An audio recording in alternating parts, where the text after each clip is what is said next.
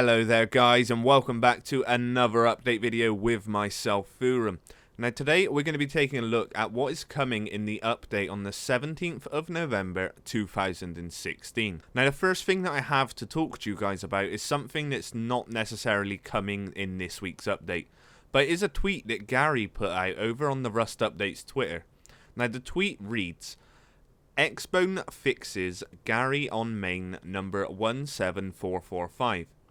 Now, as we all know, everybody online refers to the Xbox One as the Xbone.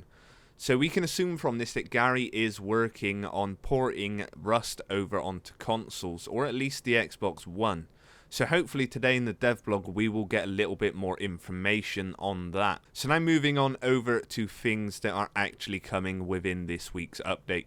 I've been stood here now for a little while and I'm sure that none of you have heard any footsteps. Now the bug where you were getting footsteps sounds even if you weren't moving, it has now been fixed. So you can rest assured that if you are stood still and you hear footsteps, it is definitely somebody outside or near you. You will also notice here that we have now got some light coming from the furnace. This has now been added back into the game, and if you walk over next to them, you will also note that you get comfort. You may also note that down on my action bar I have a water bottle, and it looks slightly different. The way that drinking actually works has been changed all by itself. So if we now take out this water bottle, we literally now have to left click to drink it. So no longer can you just open it up and spam clicking on drink. It no longer works like that. You only get the option to drop it. One of the good new things about this though is you can now fill it up from rivers.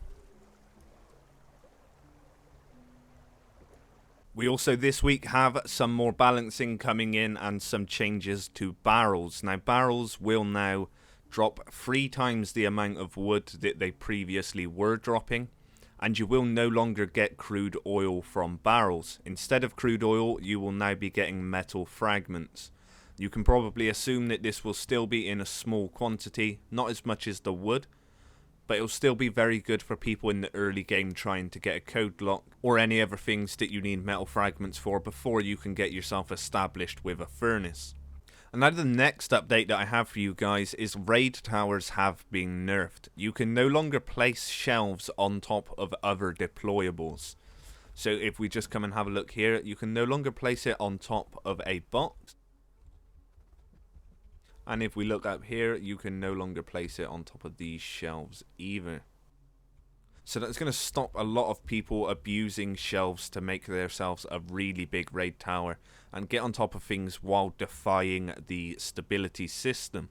The next updates I have for you guys is just a couple of changes with costs to items. Now you'll notice here the code lock no longer requires wood. It is now purely costing 100 metal fragments. You will also note here that the crossbow is slightly cheaper than it previously was, now costing 300 wood, 50 metal fragments, 2 rope and 1 gear.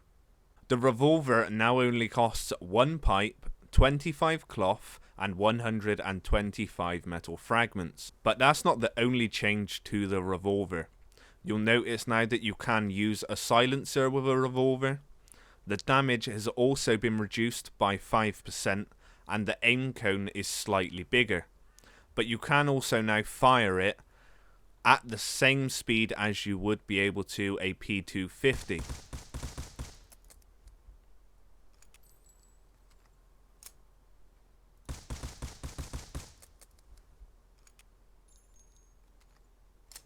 We've also had a buff to the salvage tools. Now you may not be able to notice down on my action bar, but these are slightly degraded in terms of durability. Now the durability of these tools has now been increased greatly. I've just went and chopped down 1 tree with the hatchet and mined 1 node with the pickaxe, and it's hardly degraded at all.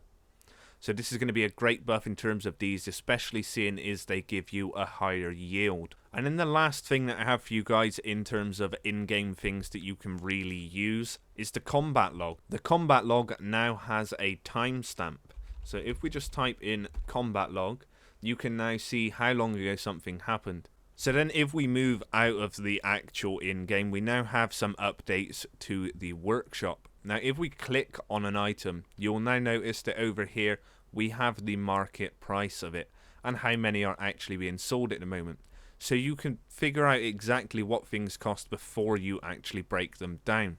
We now also have this box which costs 20 wood, and you'll get these things out of it. So you've got a chance at getting some of the signposts and picture frames, but then you've also got a chance at getting some of the nice sleeping bags and some of the boxes.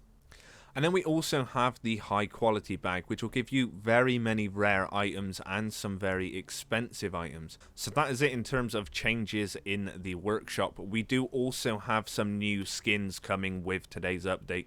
Now this includes 4 new face mask skins, 2 new box skins, 1 semi-auto pistol skin and 1 pump shotgun skin. The 2 box skins will be a stone box and an explosive box, and I will leave a link down in the description to a Reddit post which shows off all of these new skins. So I hope you guys have enjoyed. If you have, make sure you hit that like button, and if you would like to see more content, make sure that you are subscribed. And if you are looking for a server for this coming wipe, then be sure to head over to my server over at Foorun's Funhouse in the community tab. We will be wiping at approximately 5 or 6 o'clock UK time just before the update comes out to let everybody get a head start. So that is it then guys, thank you very much, have a good day.